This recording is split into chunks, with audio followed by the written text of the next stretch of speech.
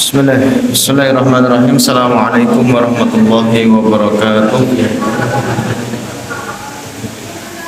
Alhamdulillahi wa kafa wassalatu ala nabiyyina al-mustafa wa ala alihi ahla sidqi wal wafa.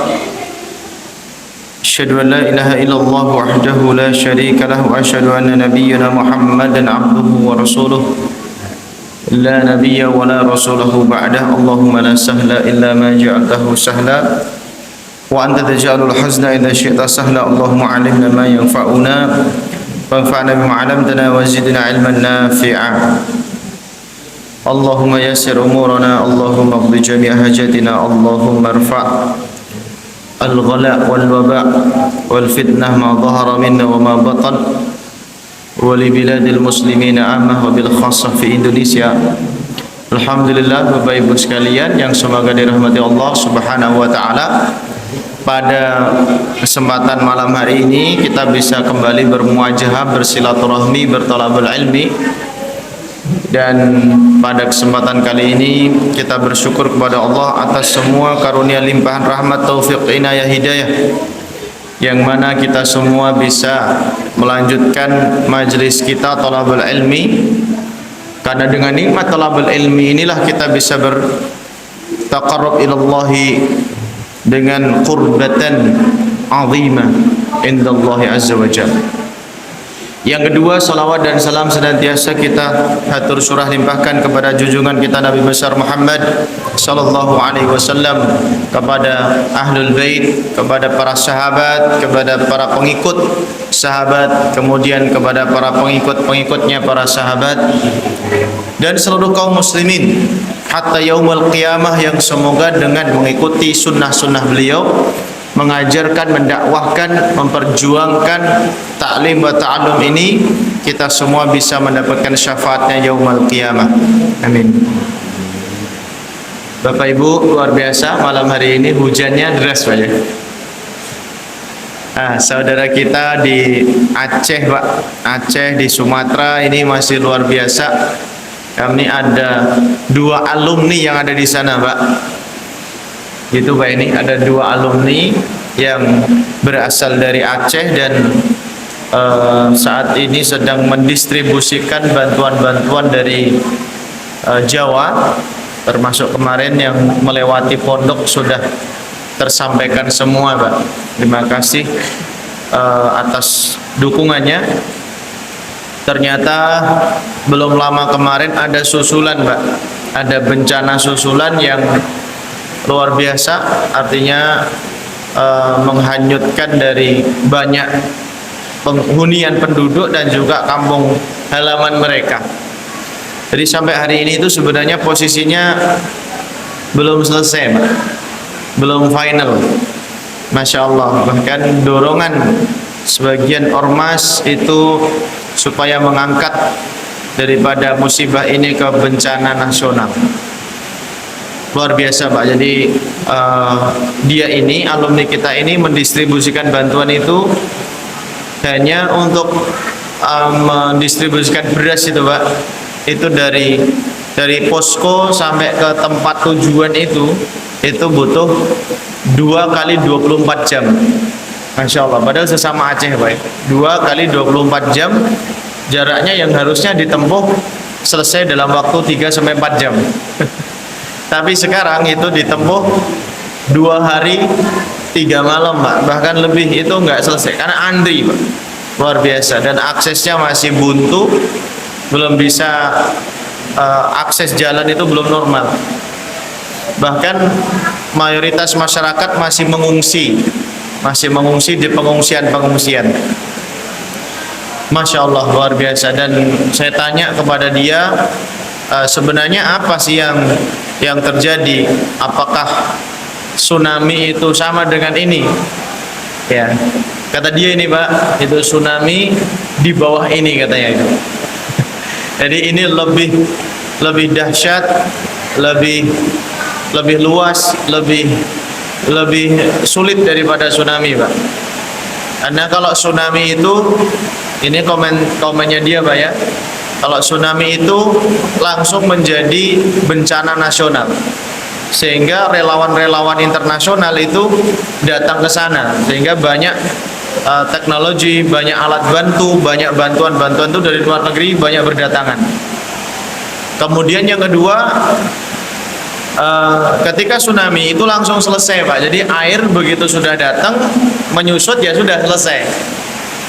Nah sedangkan sekarang itu meninggalkan, Masya Allah Pak, meninggalkan lumpur sampai 1-2 meter bahkan 3 meter, bahkan satu kampung halaman habis. Dan yang lebih mengerikan lagi itu ini pohon-pohon atau kayu-kayu yang itu luar biasa banyaknya. Itu kesan dari alumni kita. Ya, ala kulli hal itu takdir Allah. Allah menghendaki ujian yang luar biasa dan ternyata sampai saat ini belum selesai. Jadi kalaupun mereka hidup, tapi mereka tidak bisa kembali lagi pulang ke rumahnya, itu Pak. Jadi kampungnya hilang, Masya Allah. Pulang ke rumah kampung hilang, luar biasa. Oke, itu Bapak Ibu sekalian. Ala kulli hal, jika panjenengan ada sanak saudara atau ada kerabat yang hendak ingin membantu di sana, boleh Pak, pakai siapapun. Pakai lembaga ormas, keormasan juga bisa, pakai alumni kami juga bisa, langsung kami transfer ke rekening yayasan di sana Pak. Dan saat ini sedang mendistribusikan bantuan-bantuan yang berasal dari Jawa dan dari tempat-tempat yang lain. Itu Bapak Ibu sekalian yang semoga dirahmati Allah. Mari kita bersyukur atas semua nikmat karunia rahmat Allah yang diberikan kepada kita sehingga malam hari ini masih sehat walafiat. Begitu nggih Bapak Ibu, sehat sedaya nggih? Alhamdulillah, kita bersyukur Pak nggih.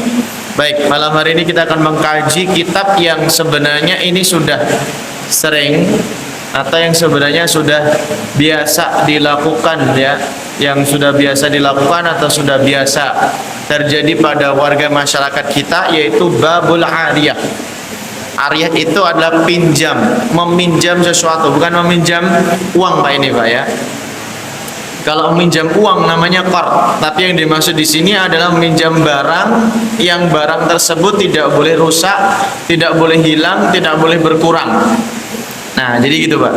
Jadi secara prolognya bahwa ariyah itu adalah bagaimana kita meminjam sesuatu kepada teman kita, saudara kita, atau tetangga kita, atau bahkan milik ya istri kita sendiri. Saya pinjam sepedanya.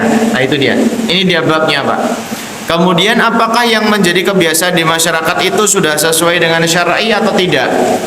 Ya, karena terkadang kita hanya mengukur dari segi keridhaan saja. Jadi kalau misalkan sudah diridhoin ya udah, berarti kita kan udah menghukumi apa Pak? Boleh ya gitu ya. Jadi kalau sudah, ya sudahlah, boleh, silakan bawa aja sepeda saya, bawa aja mobil saya, bawa saja HP saya gitu Pak ya. Jadi terkadang dengan kalimat bawa saja itu sudah melegasi atau sudah dihukumi bahwa peminjaman ini sudah sah. Nah, apakah hanya seperti itu atau bagaimana pendetailannya kita akan bahas sekarang ini. Babul ariyah. Lanjut Mas, bawahnya. Jadi nah ini dia. Ariyah di sini wahia bitasdidil ya, dengan mentasdidkan huruf ya. Ariyah fil asah ma'khudatun min ara idza dhahaba. Jadi ditasdidkan huruf ya-nya menurut pendapat yang asah adalah lafaz yang diambil dari kata-kata ara idza dhahaba. Jadi ara idza dhahaba, sesuatu yang terbang ketika pergi.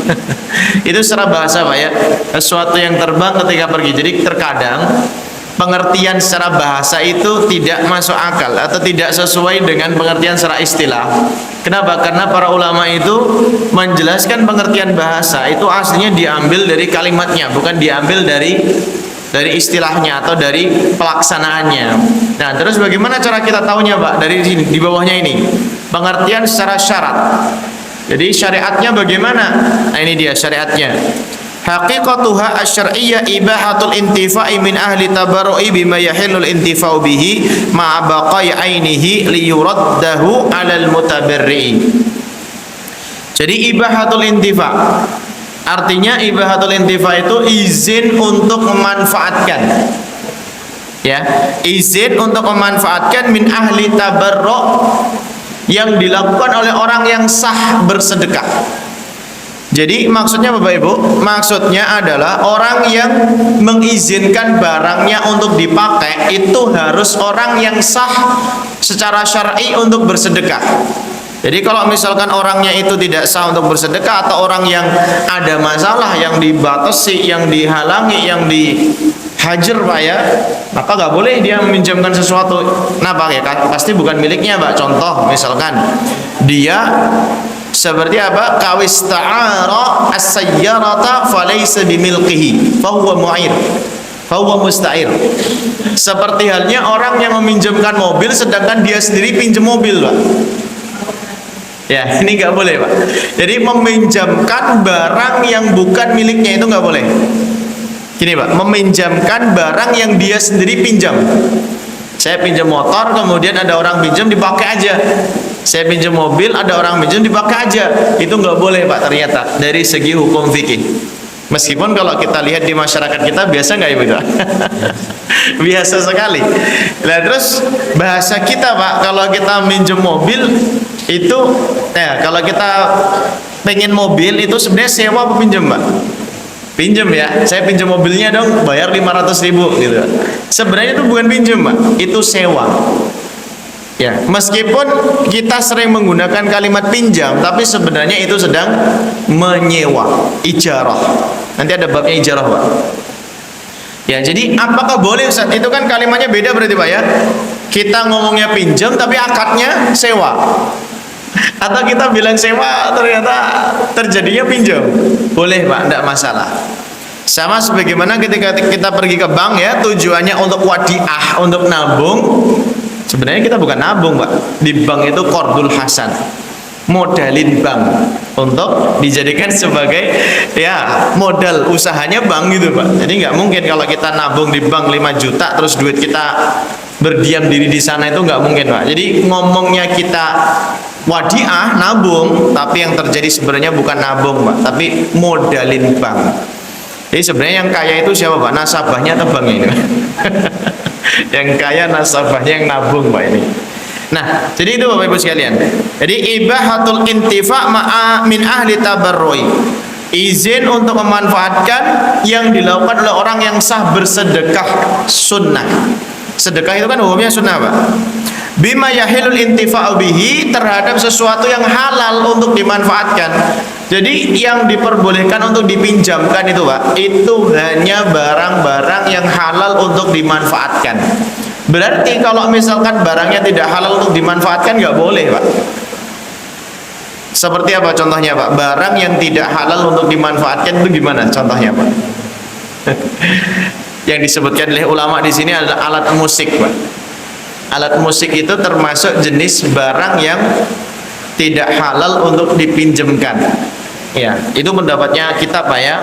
Tapi nanti kalau kita bahas apa hukum musik dan alat musik, wah itu bisa 2 hari 2 malam tuh Pak.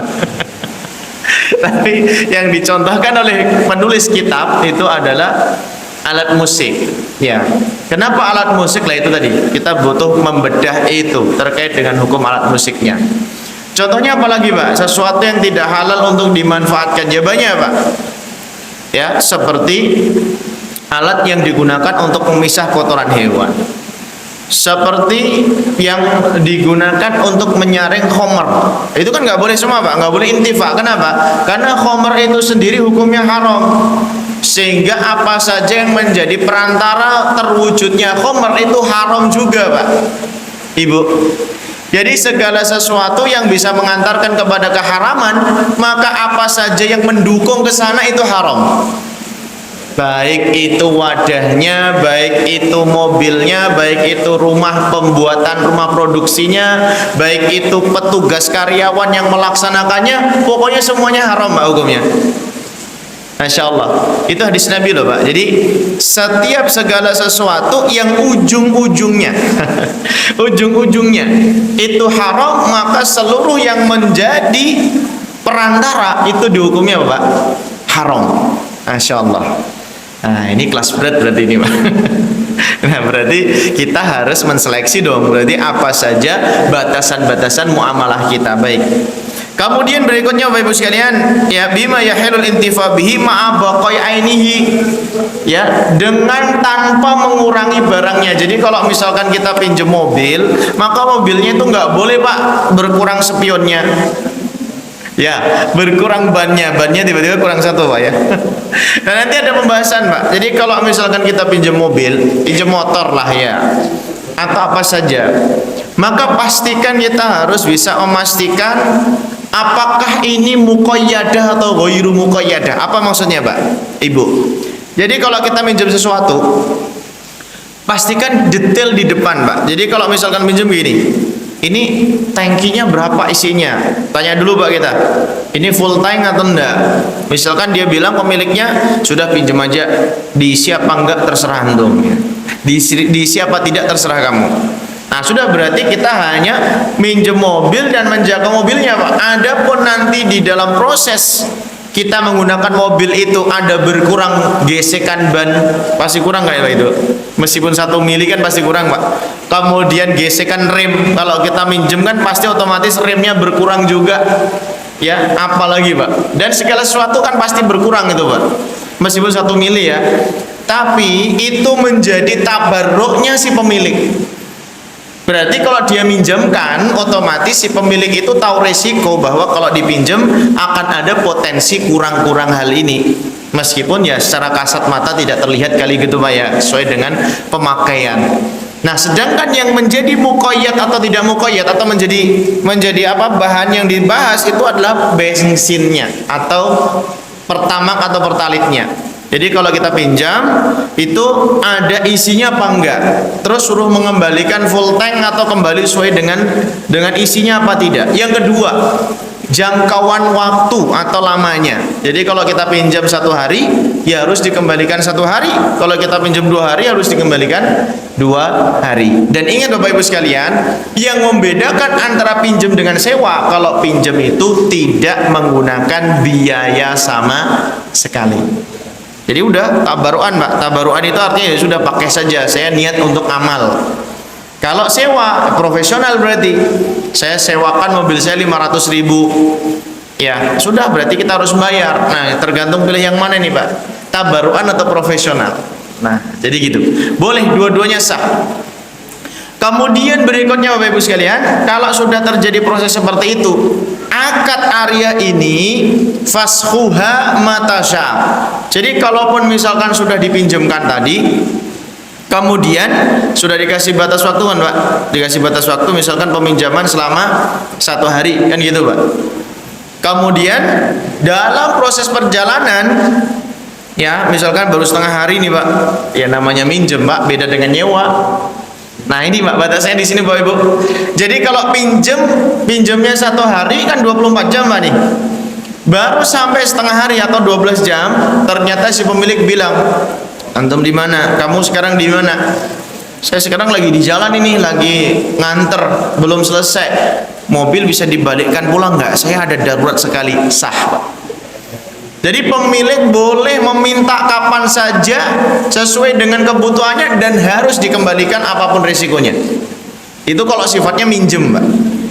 Ya, harus siap resiko Pak. Jadi dua-duanya ini harus ngerti Pak bahwa meminjam beda dengan ijarah. Tapi kalau nyewa, saya nyewa mobil dong 24 jam, udah saya sewa punya kamu, nggak usah minjem-minjem, saya sewa saja. Boleh nggak? Boleh. Berapa? 500.000. Ya sudah. Maka kalau sudah terjadi akad sewa, tidak boleh ditarik sebelum waktunya selesai. Jadi kalau misalkan sewanya 24 jam, ya sudah sampai 24 jam betul. Nah, sekarang tergantung kepentingan kan gitu Pak ya. Kalau kepentingannya memang kepentingan dinas, kepentingan penting, bertemu tokoh penting, urusan yang sangat darurat, ya lebih baik sewa. Atau kita bertemu dengan orang yang mengerti kondisi kita sehingga tidak minta mobilnya gitu Pak ya. Atau tidak minta sepeda motornya, atau tidak minta alat apa saja yang kita butuhkan. Gitu Bapak Ibu. Nah, jadi dalam akad muamalah seperti ini kita harus paham Pak, Jadi Bapak Ibu, supaya tidak terjadi konflik di lapangan atau di masyarakat kita atau sesama tetangga, ya, gara-gara meminjam ini akhirnya ya gitu Pak, biasanya nggak mau berbicara, nggak mau diajak ngobrol, nggak mau diajak silaturahmi, karena tadi bilangnya minjem kok lebih dari 24 jam, habis itu spionnya hilang, habis itu bannya rusak dan seterusnya, yang tanpa ada ganti rugi dan lain-lain sebagainya. Bapak Ibu sekalian, itu sering terjadi di masyarakat kita. Kemudian selanjutnya apa lagi? Tanpa mengurangi barangnya agar bisa dikembalikan. Liyuraddahu 'alal mutabarri. Jadi supaya apa Pak? Supaya barangnya itu bisa dikembalikan pada orang yang melakukan perbuatan sunnah tersebut. Jadi kepada pemiliknya harus dikembalikan kembali. Jadi tidak boleh barang yang dikembalikan itu rusak atau cacat atau hilang, bahkan itu tidak boleh. Berarti Bapak Ibu sekalian, bedanya apa di sini Pak? Bedanya dengan sewa, kalau misalkan kita minjem mobil, kemudian ada rusak, maka otomatis kita bertanggung jawab penuh terkait dengan kerusakan tersebut, apapun kerusakannya. Ya, meskipun si pemilik bilang sudahlah, ya nggak usah diperbaiki, saya siap, tapi saya mau memperbaiki, saya tanggung jawab. Ya sudah, kalau kamu mau ya nggak apa-apa. Tapi kalau pemiliknya bilang sudahlah, saya ikhlas kok, ya sudah. Berarti kalau memang tidak dipaksa, tidak mau diperbaiki, kita ya sudah, tidak usah maksa. Tapi kalau misalkan sewa Bapak Ibu sekalian, bedanya apa? Kalau sewa, penyewa itu harus siap bertanggung jawab dengan resiko pada sesuatu yang memang disewakan. Contoh begini Pak, ketika kita minjem barang, kemudian barang tersebut masih utuh sempurna Pak, kemudian ketika kita sewa ada sebagian yang rusak, maka ini ada negosiasi. Negosiasi itu artinya apa? Si penyewa bilang, si yang menyewakan bilang, ya sudah, ini kalau misalkan terjadi kerusakan seperti ini, saya ada asuransi, saya ada jaminan, ada doman, sudah tidak usah diganti karena kamu menyewa. Ya tidak masalah Pak. Seperti kita sewa rumah itu loh Pak, sewa rumah kemudian bocor, ya sudah, berarti otomatis pemilik rumah itu harus bertanggung jawab Pak, untuk apa? Menambal, untuk memperbaiki, untuk merawat, untuk mengecat kembali, untuk membenahi sesuatu yang rusak, pintu yang rusak dan seterusnya. Jadi bedanya di situ Bapak Ibu sekalian, antara sewa dengan meminjam. Lanjut Mas, berikutnya. Nah, siapa itu yang akan terjadi pada akad ini? Rukun daripada proses pinjam meminjam. Yang pertama adalah mu'ir. Mu'ir itu adalah pemberi yang punya barang. Syaratnya adalah harus berakal sehat, ya, nggak boleh orang gila berarti, kharaja bihi sobi, nggak boleh anak kecil. Kemudian murahik juga nggak boleh, anak yang menuju dewasa. Kemudian majnun, orang gila juga nggak boleh Pak. Muskir, orang yang mabuk juga nggak boleh. Kemudian yang terputus maupun yang tidak terputus, jadi gilanya terputus maupun gila yang tidak terputus, itu semuanya tidak boleh. Kemudian berikutnya pemilik barang. Jadi orang yang meminjamkan adalah harus yang memiliki barangnya dan boleh melakukan tasarruf. Orang yang meminjamkan itu orang yang diizinkan untuk mentasarrufkan harta, tindakan hukum atas barang. Jadi artinya memang milik dia, dia boleh meminjamkannya, dia boleh menjualnya, dia boleh melakukan apa saja dengan barangnya. Jadi intinya hak mutlak Pak. Ini beda halnya dengan siapa Pak? Beda halnya dengan ijarah. Kalau ijarah boleh nggak Pak? Ijarah boleh. Jadi ijarah itu boleh Pak. Contoh begini, saya menyewa mobil, kemudian mobil itu saya sewakan kepada orang lain, itu boleh Pak. Saya sewa rumah, kemudian rumah itu saya sewakan kepada orang lain, itu boleh Pak. Saya sewa motor, saya sewakan kepada orang lain, itu boleh Pak. Tapi kalau saya pinjam rumah, saya pinjam motor, saya pinjam mobil, maka tidak boleh saya sewakan maupun tidak boleh saya pinjamkan. Kertasnya Bapak Ibu ya. Jadi status meminjam itu status yang sangat rendah, ringan banget Pak. Artinya tabarruan, gitu Pak ya. Berikutnya musta'ir, peminjam. Ya, peminjam barang yang akan dikembalikan. Jadi artinya dia hanya menggunakan untuk sementara, untuk kebutuhan tertentu. Jadi kalau misalkan gini contohnya Pak, seringkali kan kita misalkan kalau di pondok nih, Ya, misalkan di pondok titip sepeda motor, Pak. Udah taruh aja di pondok. Biar apa? Ya biar kalau misalkan ada yang manfaatkan. Nah, biasanya gitu, Pak. Silakan nih yang mau pakai, para ustadz boleh, santri juga boleh. Sudah, Pak, itu otomatis status sepeda motor itu akan menjadi muar, akan menjadi barang yang dipinjamkan secara mutlak, Pak, itu. Jadi siapapun boleh pakai, siapapun boleh manfaatkan tanpa harus bayar. Ya, kecuali kalau tadi, Pak, ada kerusakan, ada kecacatan, maka harus harus dikembalikan sesuai dengan awalnya. Barang yang dipinjamkan harus bisa dimanfaatkan tanpa merusak zatnya. Misal buku sobek, misal kendaraan rusak tadi, atau alat yang digunakan tidak berfungsi kembali. Nah, itu harus difungsikan kembali. Kemudian berikutnya yang terakhir, yang kelima adalah, yang keempat adalah sighah ijab wal qabul, ucapan atau isyarat yang jelas yang menunjukkan proses peminjaman. Jadi boleh, Pak, misalkan gini, kita bilang seperti tadi, Pak, motor saya taruh di pondok, yang mau pakai silahkan. Nah, kata mau pakai itu artinya meminjamkan itu loh, Pak. Liman yuridu ayasta'ara hadhihi jawalah fala ba'sa bidzalik. Kan gitu, Pak, bahasa Arabnya. Siapa saja yang ingin memanfaatkan sepeda motor ini, maka kami persilahkan. Ya sudah. Berarti otomatis tidak perlu izin, Pak, itu. Enggak perlu hubungi lagi, Ustadz, saya mau pinjam motor, enggak perlu, Pak. Ustadz, saya mau pinjam 1 jam, enggak perlu, Pak. Gitu ya, Bapak Ibu ya. Jadi kalau sudah ada informasi seperti itu, berarti otomatis akan menjadi pemanfaatan umum. Lanjut, Mas, berikutnya. Nah, berikutnya ada syarat al-mu'ir, itu barang yang dipinjamkan. Nah, syarat orang yang syarat orang yang meminjam. Yang pertama, sihhatu tabarru wa kaunuhu malikan limanfaatin ma yu'iruhu faman la yasih tabarruhu kasabi wa majnun la tasih i'aratuhu wa man la yamlikul manfaata ka musta'irin la tasih i'aratuhu illa bi idnil mu'ir. Tadi sudah kita bahas, Pak, ya. Lanjut terus berikutnya. Bawahnya wa dzakara al-musannif dhabitul mu'ar fi qawlihi. Nah, kemudian barangnya sekarang, Pak. Barangnya, Mas. Lanjut bawah. Ya. Syarat barang yang boleh dipinjamkan. Wa kullu ma amkana al-intifa'u bihi. Ini, Pak. Musannif menyebutkan batasan barang pinjaman di dalam ucapan beliau, setiap kullu ma'amkana, setiap sesuatu yang bisa dimanfaatkan dengan kemanfaatan yang diperbolehkan oleh syariat. Masya Allah, Pak. Jadi di sini keterangannya wa kullu ma'amkana al-intifa'u bihi manfaatan mubahatan. Artinya yang diperbolehkan oleh syariat tanpa mengurangi, di sini, Pak, keterangannya ma'a baqai ainihi jazat i'aratuhu, tanpa mengurangi barangnya maka boleh untuk dipinjamkan. Ya, fa kharaja mubahatin ala tulahwi fala taswi i'aratuha wa bi baqai ainihi i'aratul musy'ah lil wuqut. Nah, ini, Pak, dia. Dengan bahasa diperbolehkan mengecualikan alat musik. Jadi alat musik itu nggak boleh ternyata, Pak. Maka hukumnya tidak sah untuk dipinjamkan. Ini tidak kita bahas di sini, Pak, karena butuh pembahasan yang lain. Intinya musannif, penulis kitab ini, menyebutkan bahwa alat musik termasuk alat yang jika dimanfaatkan tidak diperbolehkan kemanfaatannya, gitu, Pak. Makanya nggak boleh. Dengan keterangan tanpa mengurangi barangnya, mengecualikan meminjamkan lilin untuk dinyalakan, gitu, Pak. Jadi saya boleh nggak pinjam lilin? Mati listrik nih malam ini, saya pinjam. Pinjam mau lilin, Pak. Berarti otomatis besok balik apa, Pak, itu?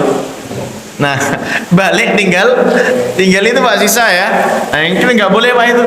Maka hukumnya tidak sah. Jadi kita pinjam lilin untuk dimanfaatkan itu nggak sah, Pak. Saya boleh nggak pinjam nasi malam ini? Ya, ini saya lagi lapar banget nih, saya boleh nggak pinjam nasi, gitu, Pak? Oh iya, silakan pinjam aja, gitu. Berarti nasi ini harus balik apa hilang, Pak, ini? Nah, harus balik kan mestinya. Nah, kalau harus balik berarti nggak boleh. Apalagi ini seringnya ibu-ibu ini, saya boleh nggak pinjam cabai, gitu. Nah, pinjam cabai, pinjam micin, pinjam garam, itu seringnya gitu, Pak, ya. Warga masyarakat kita itu loh, Pak. Saya pinjam cabai merahnya dulu dong sebentar. Nah, itu berarti sebenarnya bukan pinjam, Pak, itu hutang. hutang cabai merah. Nah gitu Bu, namanya hutang. Tapi seringnya masyarakat menggunakan kata apa? Pinjam. Nah itu Bapak Ibu. Nah itu boleh nggak? Boleh saja Bu, boleh. Tapi kalau nanti jenengan rubah lebih baik. Jadi saya hutang dulu gitu ya. Nah kemudian apa? Perkataan musannif ketika manfaatnya berupa athar, mengecualikan manfaat-manfaat yang berupa barang.